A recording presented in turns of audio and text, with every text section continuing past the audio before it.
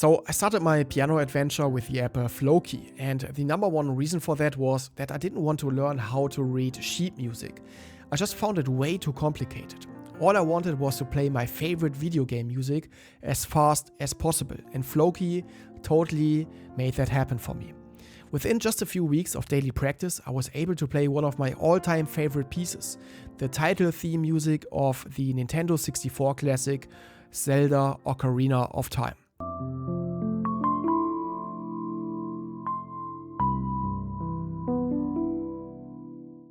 It's quite an advanced piece for a total beginner, and I was so proud of myself when I was finally able to play it.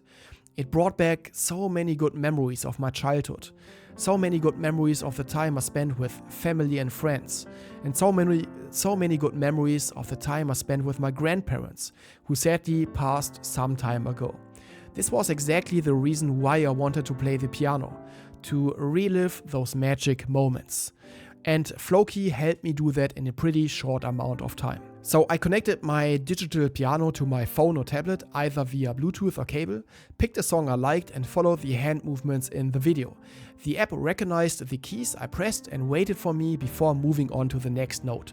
I could practice each hand separately at first, and once I felt more confident, I would play with both hands together. I repeated that over and over until I picked up speed and could play the whole piece the way it was meant to be played.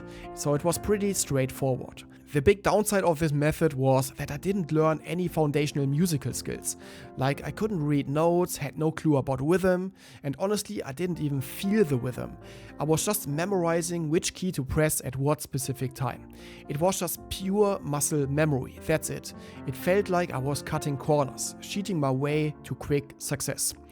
So every time I wanted to learn a new piece, I started again from zero. There was no transition of skill from one piece to another. And if I didn't keep practicing a piece, I'd forget about it completely. And that made the whole piano learning experience with Flowkey very frustrating. Eventually I gave up playing and my piano sat there collecting dust for what felt like an eternity. Maybe my music teacher back in school was right after all when he chose me to play the triangle. Maybe I really didn't have any musical talent. Maybe I just wasn't the kind of person who was meant to play an instrument.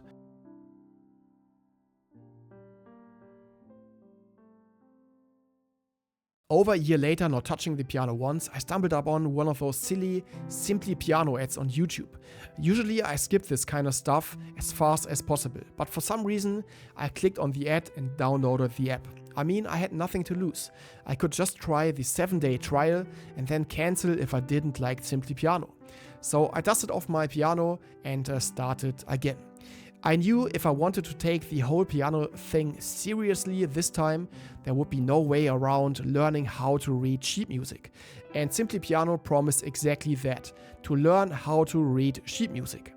Technically, the app worked pretty much the same way as Flowkey. I connected my piano to my tablet or phone using Bluetooth or a cable, and the app recognized every key I pressed. But this app felt way more structured and guided, which I liked. It walked me through everything step by step, and each lesson built on the last one. From day one, it had me reading sheet music. And for the first time, I felt like I was actually getting how music works, learning something new little by little, day by day. It all started with 4 basic modules, where the app walked me through reading and playing the first 5 notes, starting with my right hand. Then came the left hand. And after that, super slowly, it started having me play with both hands at the same time. Once I had those fundamentals down, I could choose my own path. I could go for classical music or start to learn chords, playing multiple keys at once to create those very rich and full sounds.